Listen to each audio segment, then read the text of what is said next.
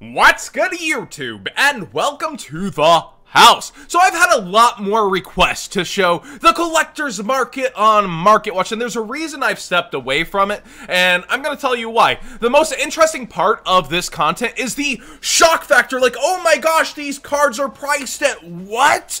And that's not really me. I want to keep it 100, I want to keep it realistic, I want to be upfront with you guys. So when I see something like this, and I see the actual sales data, there's something more to it, but again, that $400 shock price, these are still selling near mint $200, accepted, we don't know what it went for, and we see these same kind of listings getting double sold, and it almost looks like a forced up in prices on the market when things like these happen, instead of we know these are legitimate sales rather than people just trying to boost the market. So over a long amount of time, we're seeing people actually pour absurd amount of cash into a market that's inflating. These misprints used to be very, very common. Then the ghost rare market inflated, and whenever I feature these on Market Watch, it's this continuous cycle of, well, there's not many quantities of these to go back on the market, I wonder how long it will take to fall out versus actual sales. And then we see a secondary buyout, so there are actual sales at a higher point.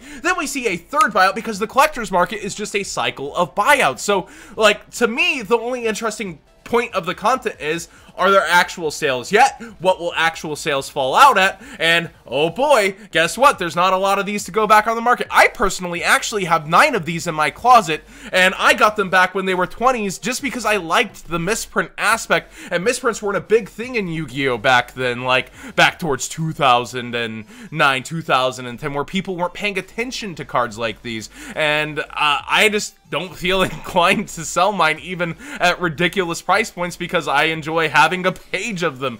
But like, this makes me want to freaking move them and unload them. But at the same time, you've got to realize that's the Hypebeast Circle. But there is an interesting talking point in that people are willing to invest this much into these cards, thinking they will be more in the future, knowing that those cycles of buyouts will continue. So where is the ceiling? Where does the bubble pop? Will it pop? Or is Yu-Gi-Oh's collector's market going to continue to bolster like this? I think that's the more interesting conversation from pieces like this, instead of that, oh my god, $400 ghost rare insane reaction kind of thing here. Like, that's just my opinion on showing the collector's market on Market Watch, so I'm gonna give that brief moment of shock value in the future, and then just kind of not have to give that spiel of, oh man, yeah, there's not going to be many of these on the market later. Let's go ahead and get into today's Market Watch with a 5% kickback on TCG Player, so you know things on this platform are going to be a little more insane from the fallout. Whenever they have any kind of percent sale, things get kind of crazy over here on the platform. King Dragoon, a potential extender in Guard Dragons, because you can, at any point in your turn, decide once per turn, you can special summon a Dragon-type monster from your hand to your side of the field. So being able to just basically make sure you're going up into that next Saryuja with a proper amount of materials, and summoning this as a full extender from the extra deck seems decent. We do see the market price was 13. It's been targeted for buyouts multiple times. The Ultimate Rare and DR3 version are completely off the market on TCG Player, I believe. Let's double check that. King Dragon. We've featured this as buyouts multiple times, and yeah, just not there right now. And we see the lowest unlimiteds are $24 over here. Shampoo cards. Hey, I actually like this vendor's name a lot. I've got to respect that. Please take a bath, you players. I like that. Good stuff, shampoo cards. I respect the name and the hustle. But seriously, it's a cool idea as an extender, but can you fit into your extra deck? Let me know if you guys are going to be playing this in Guard Dragons. Another thing that went up, because it's in more stun decks now, like Guru Control, Pot of Duality, the ultimate rare, has been bought out to the point of $90 freaking dollars. Over here on eBay, we see some Portuguese ones at 83 before we do see $90 as well, and oof, light play ones. So our lowest near mints do appear to be in the $90 range as well. This is pretty crazy. It stayed up there because of True Draker. Remember that you used to be able to get these at 30s, and I told you guys, yeah, this used to be $100 secret rare. This is the highest rarity now. Well, we're looking at $90 freaking dollars. I don't think it'll sustain towards here, but I could see it falling back out towards 70 and actually sticking this time. It's going to be weird to watch this fall back on the market, as people really seemed hyped for Guru Control on the secondary market. It's really holding up a lot more prices. But speaking of True Dracos, there was an attempted buyout on it this weekend. We do see independent sellers starting to list their copies lower than the buyout point of 15's relistings, and 13, 14, quickly 15 here overall. So just be aware, people on the market are looking at True Dracos. They are targeting True Dracos, so there could be a mix of that with this, but this is mainly, I have to assume, due to the control decks more than anything having the actual substantial rise on the market from a freaking $50-something price point. Typically, only competitive players are pushing something like that. Speaking of competition and guard dragons, Saryuja getting a second buyout on the Expo. You might want to get your 2018 Megaton variant sooner than later if you're planning to play in the WCQ format, although we do have one FNL list on the way. I've been showing this off recently on Market Watch because it was already higher than I remembered it, but now Expo is getting targeted, and there's not really anything solid for having an Expo Unlimited or anything like that over a Megaton. It's all about that first ed, and I don't think first eds will hold much higher. So the question here remains, will Saryuja bolster up with the Megaton price as well and follow, or will this head back down towards the Megaton prices? And I think a lot of people are grabbing Saryujas because you play 2 to 3 now, and it's the only chase card left in the Megatons. We could see this continue to go back up. I really hope not, but do keep that in mind. You might want to get yours sooner than later. And we look at Expo pricing, it's very similar. We have a brand new one, well, brand new listing for near mint at 38 before it joins the $40 mark. Let's check Mega Pack ones. I actually haven't looked at that over on eBay. We see 26 from Canada, so it'll take you a little while, but seems to be one of the cheapest on market before it is 30 as well. So again, the competitive market directly slamming, but this is the last chase card out of the Megatons, as we see Evenly Match getting reprinted in dual power, like I've said in previous market watches, and you also have Borreload. So this is now the hardest card to get out of the Megatons, driving that product on basically anything left of major value. But yeah, it's just something to consider. Weird buyouts today, or maybe just natural happenstance. The legendary duelist White Dragon Abyss Blue Eyes Chaos Max Dragon is $8 freaking. What? The other ultra rare from the movie pack, which I guess movie pack's got a special edition, is available for 5 on the Unlims. Let's check first eds, I guess, question mark.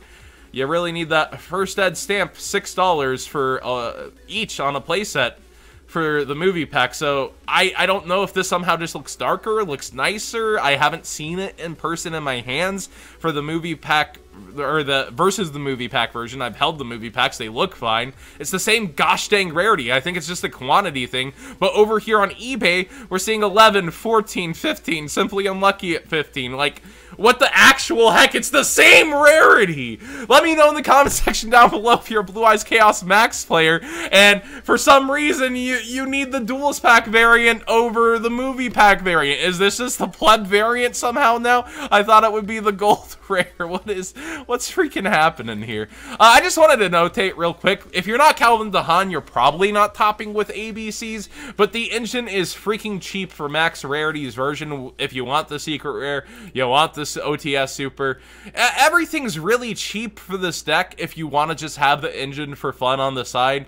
And leading into the real expensive conversation, Sky Strikers are actually back, as I predicted, to their normal pricing, completely flatlined from the ban list. You see that market price of 50 already down towards 40. Yes, they shoved 10 slots into the top 32, but that was only 2 slots in the top 16. They fell quickly. It feels like the weakest best deck, and you know, it tied with Thunder Dragon in the slots, but for a deck to be getting beat so bad in that instance, it's very interesting. People were really prepared with that back row hate thanks to Altergeist too.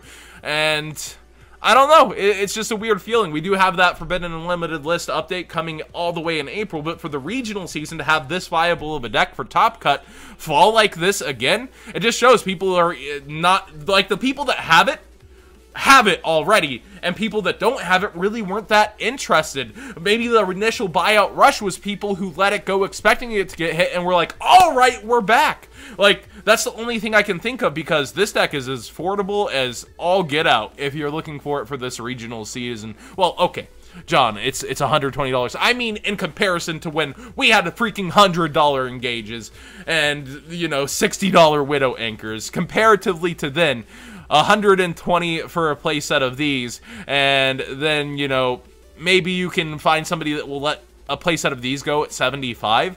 Like, that's $200 for the main expensive part of the Sky Striker engine. That, to me, is actually just freaking nuts from where we used to be at. And that's value.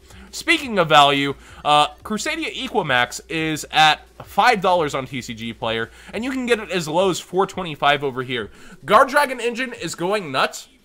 I think you don't want to miss having one of these in your extra deck for the OTK potential with that Crusadia engine within Crusadia Guard Dragons. So definitely think about having your Equimax now. This is a card that could be going back up to that $8, $9 price point very easily over time, and I want to be left without it. Only 39 copies. I realize it's a one-of, but only 36 copies over here too. This is one of those cards that could easily disappear from the market in a flash of an eye, and it's getting meta use right now. Well, from a rogue deck, but you expect to face something like this in the meta, and it's definitely an option I wouldn't want to be left with out in my extra deck. Thank you so much for watching, guys. Subscribe if you haven't already. Give this video a thumbs up if you enjoyed the conversation, as always. And do support me on Patreon if you've been enjoying these videos. It's kind of that cold, chilly, ad month is pretty bad, but a lot of you guys support me on the stream so much already. I hate asking for any more from those people, but if you enjoy the content, I do ask that, hey, you know, if you want to see an exclusive Market Watch feed, you want to go ahead and mail cards in and get them signed, please sign up there. It would mean a lot to me. Thank you so much, guys.